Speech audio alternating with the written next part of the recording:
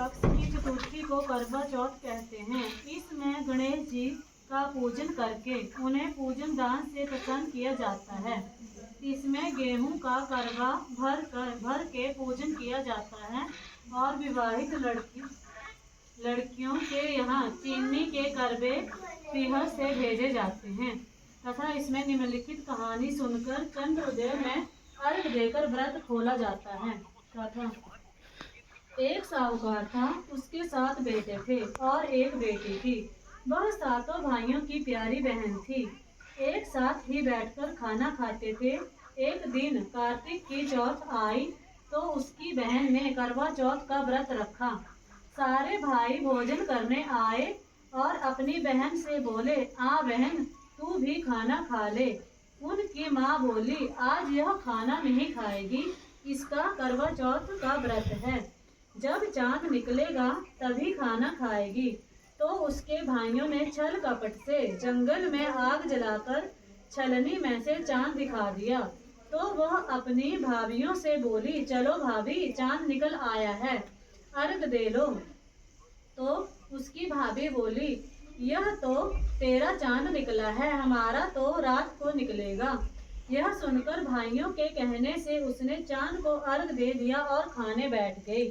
पहला टुकड़ा तोड़ा बाल निकला, दूसरा टुकड़ा तोड़ा छींक मारी, तीसरा टुकड़ा तोड़ा तो राजा के घर से बुलावा आ गया कि राजा का लड़का बीमार है, जल्दी भेजो।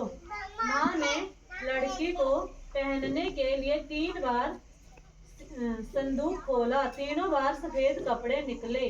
अब उसको सफेद कपड़े पहनाकर ही ससुराल भेज दिया और माँ ने लड़की के पल्ले में एक सोने का सिक्का बांध दिया और बोली, रास्ते में जो भी मिले पैर पड़ती जाइयो, जो तुझे सुहाग का आशीष दे उसे सोने का सिक्का दे देना और पल्ले को गांठ लगा लेना।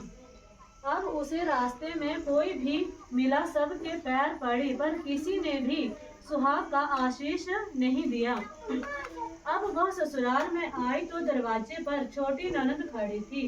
वह उसके पैर पड़ी तो ननद बोली, सीली हो, सपूती हो, 7 बेटों की माँ हो, मेरे भाई का सुख देख। अब उसने सोने का सिक्का ननद को देकर पल्ले को गांठ मार ली।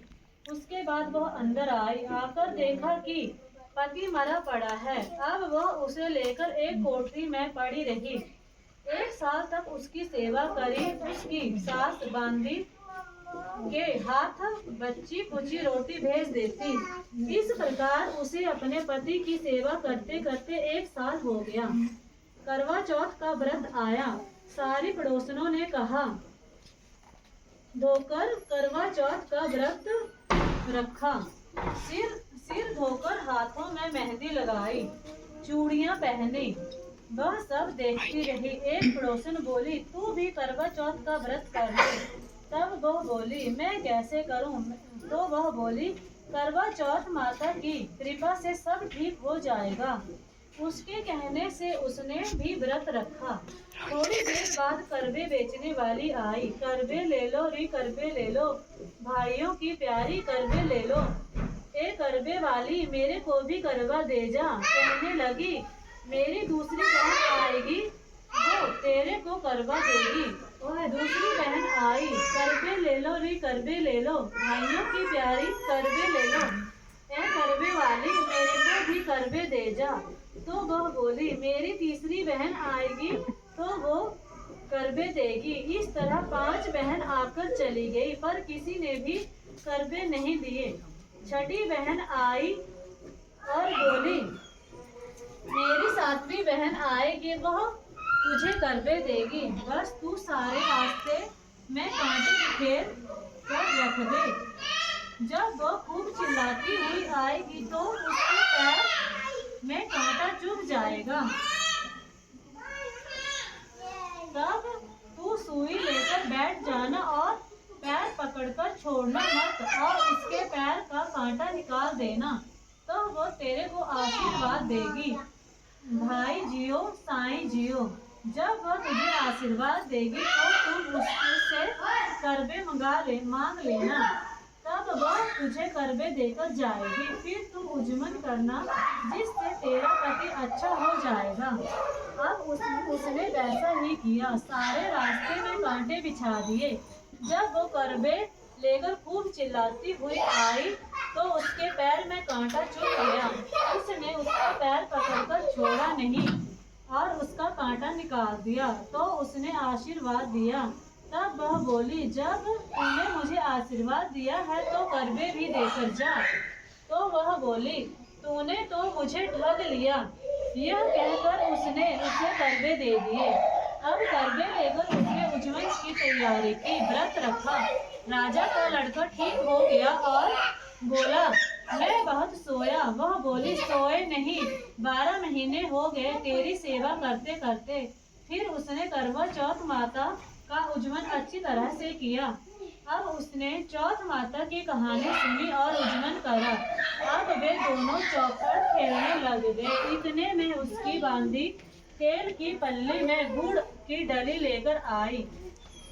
दोनों को खेलते देखकर सासू से जाकर बोली, महलों में खूब रौनक है, तेरी बहू चौपड़ सार खेल रही है। इतनी सुनकर सासू देखने को आई। दोनों को देखकर बहुत खुश हो गई। बहू ने सासू के पैर दबाए और सासू बोली, बहू सच सच बता, तूने क्या किया?